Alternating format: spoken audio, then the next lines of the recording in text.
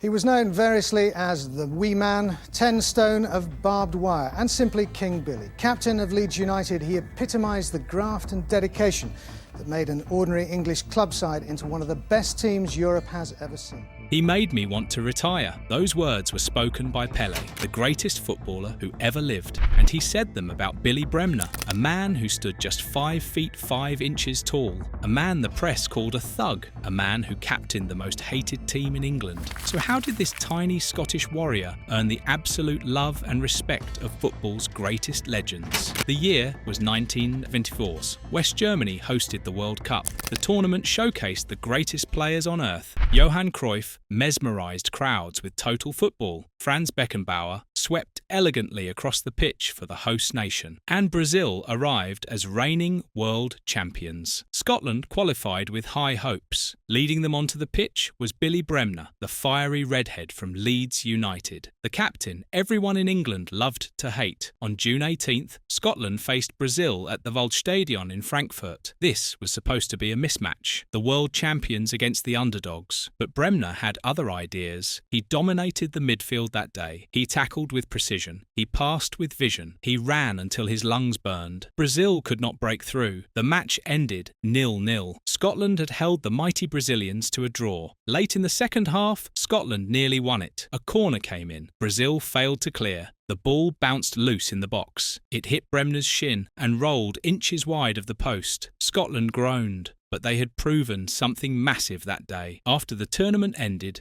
Pelé made his assessment. He had watched every match. He had seen Cruyff dancing through defences. He had seen Beckenbauer commanding from the back. And when asked who impressed him most, Pelé gave his answer. Billy Bremner, the best player at the entire World Cup. Think about that for a moment. Pele placed Bremner above everyone, above the total football maestro, above the Kaiser, above every icon who graced that tournament. This was the ultimate validation from football's ultimate authority. Back in England, Bremner was seen as dirty, the leader of dirty Leeds, a team that kicked and snarled their way to trophies. The press hammered him constantly. They focused on his aggression, his confrontations. They painted him as nothing more than a thug in boots. But Pele saw something different. He saw the complete footballer. He saw stamina that never quit. He saw passing that unlocked defences. He saw leadership that inspired teammates. He saw a midfielder who could dominate matches through sheer will and technical brilliance. Pelé judged the total output, and he recognised world-class quality when he saw it. This international recognition changed everything. It proved that Bremner's reputation in England was incomplete. His aggression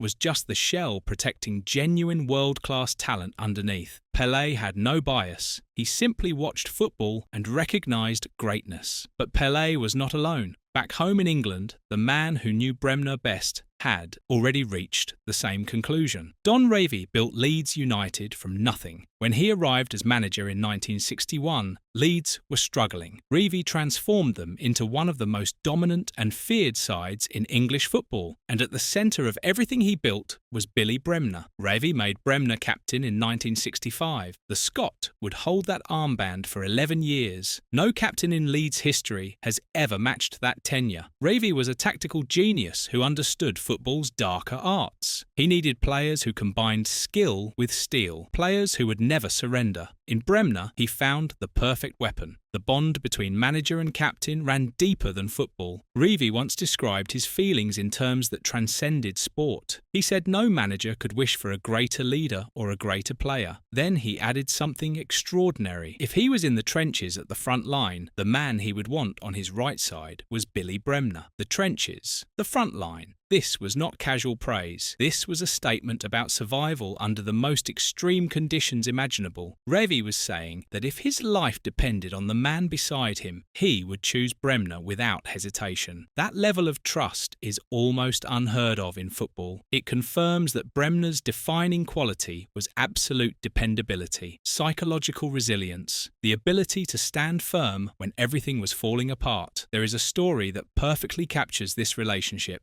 One day, Leeds were preparing to travel to an away match against West Ham. The team gathered at the train station. Everyone boarded, except Bremner. The captain was late. Any other manager would have left without him, but not Revie. He held up the entire train. The whole squad waited just for Billy Bremner. When Bremner finally arrived, they departed. No punishment, no fines. Because Revie understood something fundamental. Bremner was the heartbeat of everything Leeds United represented. On the pitch, Bremner did far more than tackle and fight. Alongside Johnny Giles, he formed a magnificent midfield partnership. They controlled games with their ball skills and football intelligence. They dictated tempo. They picked passes that split defences open. In 1970, the Football Writers Association named Bremner their Footballer of the Year. This award recognised his complete game, his precision passing, his stamina, his vision, his ability to dominate matches through technical quality, not just aggression. Revie's absolute faith in his captain was not blind loyalty. It was recognition of genuine world-class ability. Bremner was the field general, the enforcer of Revie's tactical philosophy, the man who turned plans into victories. But respect from your manager is one thing. Respect from your fiercest rivals is something else entirely. The battles between Leeds United and Tottenham Hotspur were legendary. These matches crackled with intensity and physical confrontation. The rivalry reached its peak in 1966. Spurs defender Dave Mackay grabbed Bremner by the throat after a fierce tackle.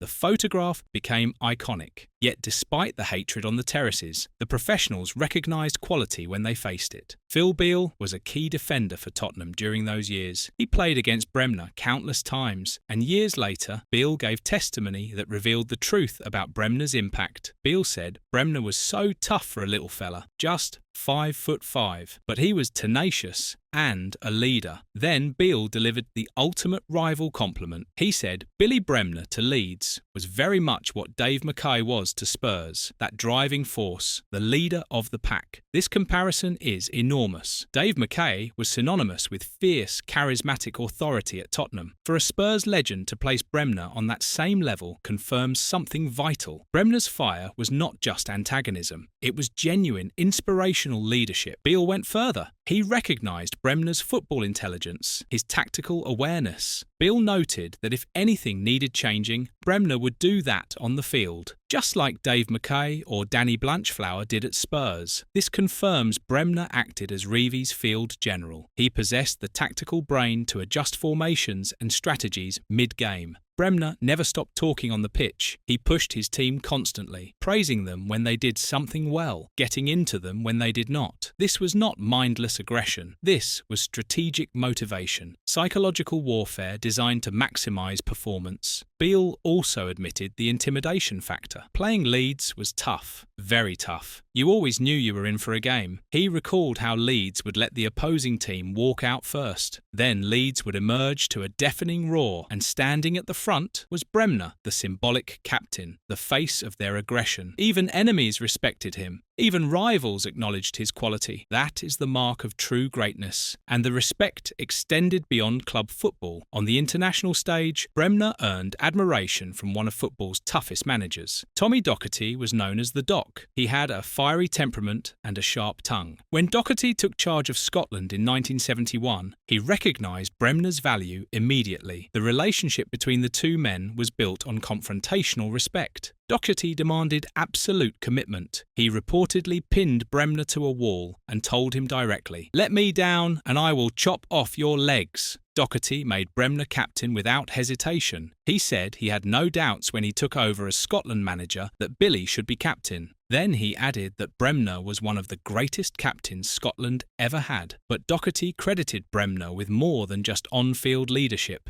He transformed the professionalism of the entire national squad. Docherty recalled a tournament trip to Brazil. He said he had never known a squad of players who behaved better and who had such few problems. And he credited a great deal of that to Billy's captaincy. This testimonial destroys the narrative that Bremner was purely controversial. In a high-pressure international environment, he was recognised as a positive, unifying, disciplining influence. He used his authority to ensure exemplary conduct from his teammates. The trust between Docherty and Bremner lasted far beyond football. Their personal relationship endured until Bremner's death in 1997. The captain passed away at just 54 years old, but he left behind a legacy of absolute commitment that Doherty never forgot. Yet, perhaps the most powerful testimony came from those who fought beside Bremner, the teammates who saw him every single day. At Elland Road, Bremner's stature transcended statistics and trophies. He is listed as number 1 in the official Leeds United 100 greatest players, but for his teammates, he was something more. He was the living embodiment of the club's defining motto, side before self. This philosophy demanded selfless, hard-working, committed, determined devotion to the club. It meant sacrificing personal glory for collective success, and nobody represented this code more completely than Billy Bremner. His physical commitment was absolute. He threw his body into every challenge. He ran until he could barely stand. The famous terrace chant captured this perfectly. Little Billy Bremner is the captain of the crew. For the sake of Leeds United, he would break himself in two. His hair is red and fuzzy and his body's black and blue. But Leeds go marching on, black and blue, battered and bruised, but always marching on. That was Bremner in a nutshell. Eddie Gray was a gifted winger and close teammate. He witnessed Bremner's impact from the inside. Gray recalled that train incident where Revie delayed departure just for Bremner. It demonstrated the unique status the captain commanded. Gray confirmed that Bremner provided both physical protection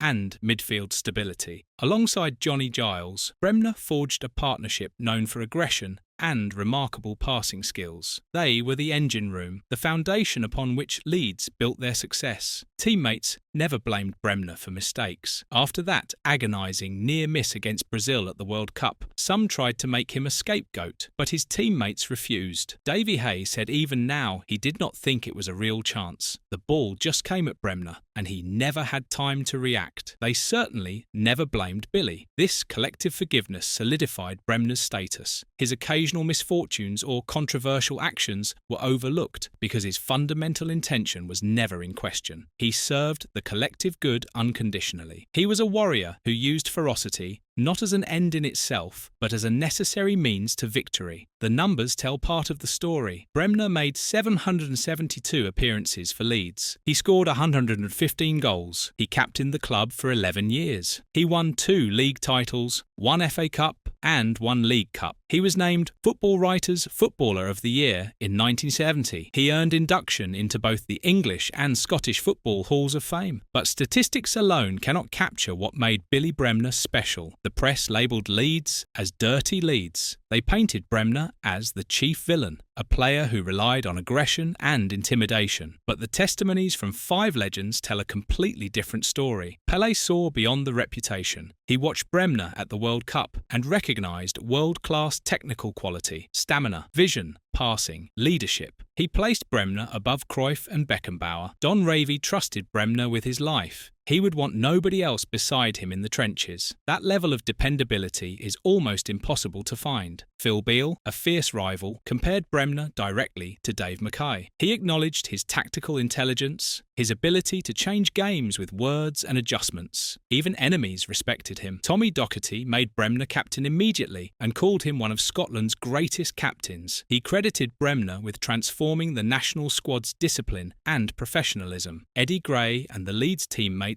worshipped Bremner. He embodied side before self. He sacrificed his body. He led by example. And when mistakes happened, they forgave him instantly because they knew his heart belonged entirely to the cause. These 5 legends reveal the truth. Bremner's aggression was not random violence. It was calculated leadership. It was the necessary tool that allowed a 5'5" midfielder to survive and dominate in the brutal English game of the 1960s and 1970s. His ferocity created the space and time for his genuine skill to flourish. Billy Bremner was not just respected. He was absolutely loved by those who understood football at its highest level. He set a standard for dedication and competitive fire that few have ever matched. He proved that commitment so absolute could demand devotion, even from those who stood against him in battle. The greatest player Pele saw at the 1974 World Cup. The man Revie wanted in the trenches, the leader rivals compared to their own legends, the captain who transformed national squads, the teammate who embodied sacrifice. That was Billy Bremner, and that is why football's greatest legends absolutely loved him.